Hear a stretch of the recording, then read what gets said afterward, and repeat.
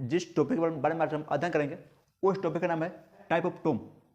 तो type of Tomé ये कितने टाइप का होता है? 2। यानी थ्योरी ऑफ टोम का मतलब होता है theory of machine. Theory of machine का 2 टाइप होता है। कौन सा होता है? काइनेमेटिक ऑफ मशीन, जिसको कोम भी कहा जाता है। ये बी हुआ, ठीक ना। काइनेमेटिक ऑफ मशीन को हम कोम भी कहते हैं, आपको स्टार्टिंग वीडियो में बताया गया होगा। और डायनेमेटिक ऑफ मशीन को डोम कहा जाता है। ध्यान दीजिएगा यहाँ से, ठीक ना। तो हालांकि एग्जाम में आपको कोम और डोम देकर के नहीं आएगा, आपको सीधा नाम देगा काइनेमेटिक ऑफ मशीन। और फर्स्ट जो पॉइंट है kinematic of machine, the study of the relative motion of machine part. यानी जब हम मशीन के पार्ट के बारे में जब हम अध्ययन करेंगे ना, केवल मशीन के पार्ट के बारे में जब हम अध्ययन करेंगे तो उसी को कहा जाता है काइनेमेटिक ऑफ मशीन। आपको थ्योरी से समझ में आती होगी कि काइनेमेटिक ऑफ मशीन यानी कोम क्या है, KOM।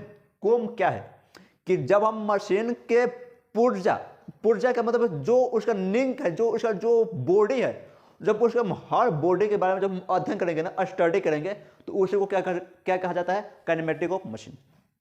तो सो आपको समझ में आता होगा। आगे है dynamic of machine, the study of a system motion based on the force acting on the system. कहने का अर्थ है जिस सिस्टम के बारे में अध्ययन करते हैं उसका मोशन बेस्ड। मान के कोई भी मशीन है, उस मशीन में बहुत सारा ऐसा पार्ट है जो मूविंग पार्ट है, जो मूव करता है। तो जब हम मूविंग पार्ट के बारे में अध्ययन करेंगे ना, तो उसी को कहा जाता है डायनेमेटिक ऑफ मशीन। वहीं का है कि द स्टडी ऑफ, जब हम अध्ययन करेंगे किसके बारे में?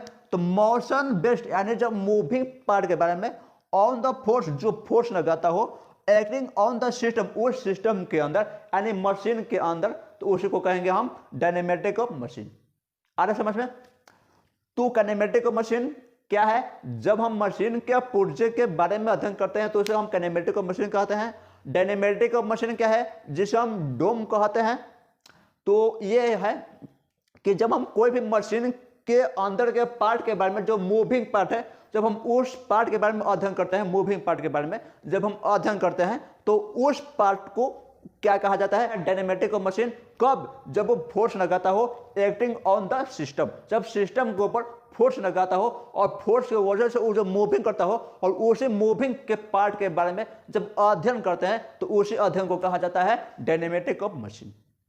तो आई होप आपको यहां तक समझ में आता होगा। देख लीजिए, आपको यहां तक समझ में आता होगा कि type of TOM, type of theory of machine कितने टाइप का होता है? तो 2 टाइप का होता है। फर्स्ट है काइनेमेटिक ऑफ मशीन और नंबर 2 है डायनेमेटिक ऑफ मशीन।